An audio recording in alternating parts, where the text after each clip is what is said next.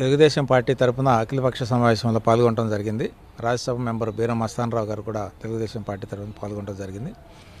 అయితే మా టర్న్ వచ్చినప్పుడు మేము లోక్సభలో రాజ్యసభలో తెలుగుదేశం పార్టీ సభ్యులకి జరుగుతున్న సమస్యలు ఏమన్నాయో వాటిని ప్రస్తావించాం. ఒకటి, వాళ్ళు సీటింగ్ అరేంజ్మెంట్లో మాకు కొంచెం స్కాటర్డ్గా వేశారు. అక్కడొకటి వాళ్ళందరూ కూడా యూనిటీగా వేయమని చెప్పి రీఆర్గనైజ్ చేయమని రిక్వెస్ట్ చేశాం.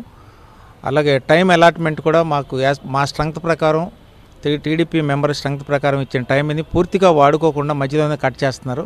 అట్లా కాకుండా పూర్తిగా మనం వాడుకునే విధంగా మాకు అవకాశం కల్పించాలని చెప్పి నేను రిక్వెస్ట్ చేయడం జరిగింది.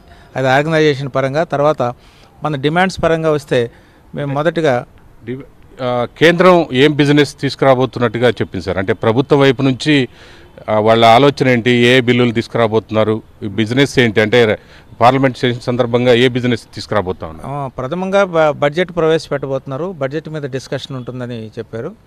అట్లాగే వక్ఫ్ బిల్లు కూడా జేపీసీ సబ్మిట్ చేసింది, అది కూడా డిస్కషన్కి పెడతారు నెక్స్ట్ దేనిలో. అలాగే బిల్ ఆఫ్ ల్యాండింగ్ అని, తర్వాత బిల్ ఆఫ్ సీ పోర్ట్ అని, తర్వాత అట్లాంటి ఒక 8 బిల్స్ ప్రవేశపెట్టబోతున్నారు. సో ఆ బిల్స్ అన్నిటినీ డిస్కషన్కి పెడతారు. అలాగే మనకు సంబంధించిన తెలుగుదేశం పార్టీకి సంబంధించిన సమస్యలు కూడా మనం డిస్కషన్కి పెట్టమని అడిగాం. దానిలో ప్రథమంగా స్టేట్ రీఆర్గనైజేషన్ యాక్ట్ ప్రకారం మనకి ఇచ్చిన ప్రామిసుల్లో కొన్ని అయినాయి, కొన్ని అవ్వలేదు. ఆ ఫుల్ఫిల్ కానీ అన్నీ కూడా ఇప్పుడు మాకు డిస్కషన్కి పెట్టండి, మేము వాటి గురించి మాట్లాడతామని చెప్పి మేము కమ్యూనికేట్ చేయడం జరిగింది.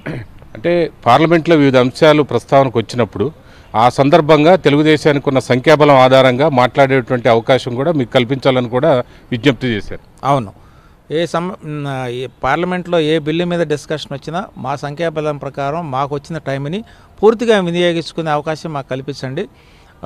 ఆ టైంని మేము ఇద్దరు మాట్లాడతామో ఒకరు మాట్లాడతామో మా పార్టీ లీడరు డిసైడ్ చేస్తారు. దాని ప్రకారం పూర్తిగా మాకు 7 నిమిషాలు, 10 నిమిషాలు, 20 నిమిషాలు ఎంత ఇస్తే అంత టైం వాడుకునేటట్టు మధ్యలో కట్ చేయొద్దని మేము అడిగాం. గత సమావేశాల సందర్భంగా కూడా పార్లమెంట్లో టీడీపీ ఎంపీలు ప్రతిరోజు అనేక ప్రశ్నల్ని వివిధ అంశాలకు సంబంధించి ప్రశ్నించారు. అదేవిధంగా హాజరు శాతం కూడా వివిధ రాష్ట్రాలతో పోలిస్తే తెలుగుదేశం పార్టీ ఆంధ్రప్రదేశ్ సంబంధించినటువంటి ఎంపీల హాజరు కూడా లోక్సభలోగా చాలా అంటే పూర్తి స్థాయిలో హాజరున్నటువంటి పరిస్థితి. ఈసారి కూడా సమావేశాలు మొన్ననే చంద్రబాబు నాయుడు గారు పార్లమెంటరీ పార్టీ సమావేశం కూడా నిర్వహించారు.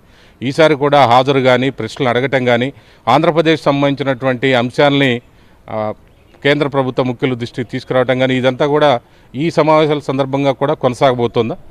అవునండి, అటెండెన్స్కి సంబంధించి మనం నేషనల్ యావరేజ్కి పైన ఉన్నాం. మనం అందరం తెలుగుదేశం ఎంపీస్ అందరూ నేషనల్ యావరేజ్కి పైన ఉన్నారు.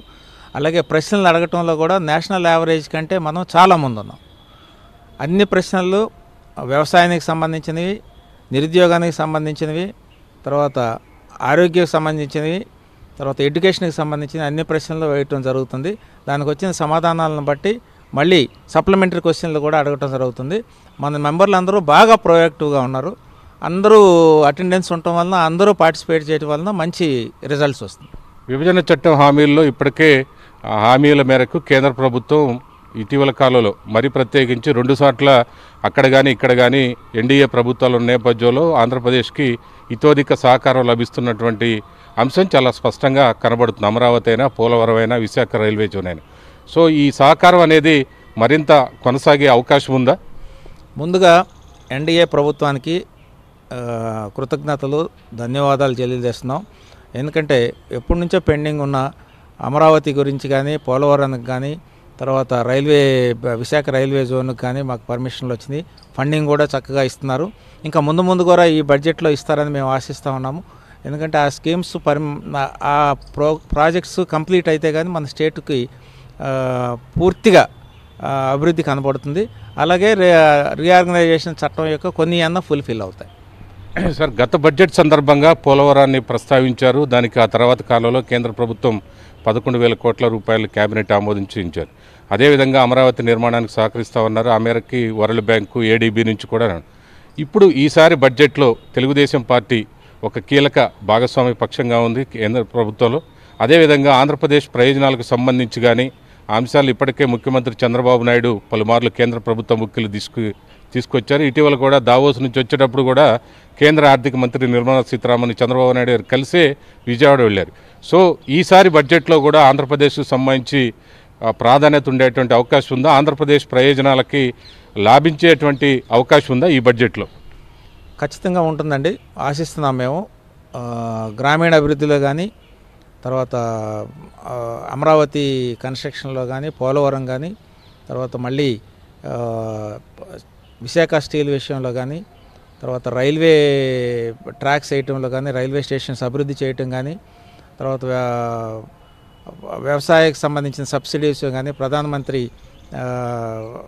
కిసాన్ స్కీమ్ ఇంప్లిమెంట్ చేయడంలో కానీ, తర్వాత అన్ని స్కీముల్లో, తర్వాత development action plan for schedule caste and schedule tribe కానీ అన్ని స్కీముల్లో మనకి ఈసారి ప్రిఫరెన్షియల్ ట్రీట్మెంట్ ఉంటుంది, మనకి మంచి అవకాశాలు వస్తాయని మేము ఆశిస్తున్నాం. మెట్రో రైలు అనేది అర్బన్ డెవలప్మెంట్ మినిస్ట్రీ కింద వస్తుందండి.